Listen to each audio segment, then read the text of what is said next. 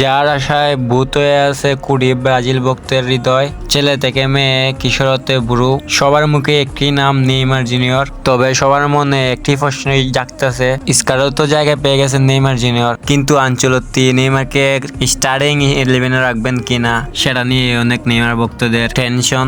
Neymar junior Brazil টিমে Copa America খেলার পর থেকেই ইনজুরিতে পড়ে আসিলেন, তারপরে আর ব্রাজিল টিমে আসা হয়নি। তো এবার বিশ্বকাপ টিমে ডাক পেয়েছেন তিনি। তো নেইমার জুনিয়র এটাই শেষ বিশ্বকাপ, তিনি চাবেন এবারে শেষ বিশ্বকাপ জিততে ব্রাজিলের হয়ে। নেইমার জুনিয়র তার নিজের বেস্টটা দিবে বিশ্বকাপের মধ্যে, সেটা খুব ভালো করে বোঝা যাচ্ছে। নেইমারকে নিয়ে সেলেসাও কোচের পরিকল্পনা, নেইমার জুনিয়রকে পুরো 90 মিনিট খেলাতে চাইবেন না তিনি। পুরো 90 মিনিট খেলে নেইমার জুনিয়র ইনজুরিতে পড়ার চান্স বেশি, তাই কোচ আনচেলত্তি চাবেন নেইমার জুনিয়রকে স্টার্টিং 11-এ তুললে নেইমার জুনিয়রকে পুরো 50 মিনিট বা 60 মিনিট খেলে মাঠ থেকে তুলে ফেলবেন।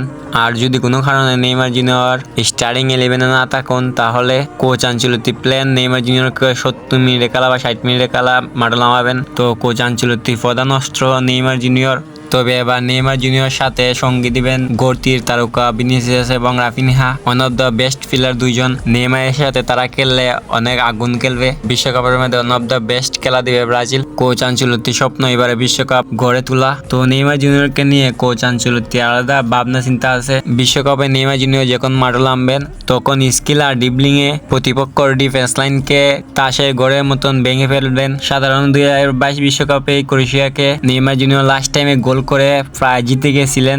তারপরে নেইমার জুনিয়র সতীর্থর ভুলের কারণে নেইমার জুনিয়রের স্বপ্ন সেখানেই থেমে গেছিল। ব্রাজিল ভক্তরা ভাবছিল সেই বছর নেইমার জুনিয়র বিশ্বকাপ বুঝিয়ে নিতেছেন। নেইমার জুনিয়র সতীর্থর কারণেই নেইমার জুনিয়র সেই বছর বিশ্বকাপটা নিতে পারলেন না।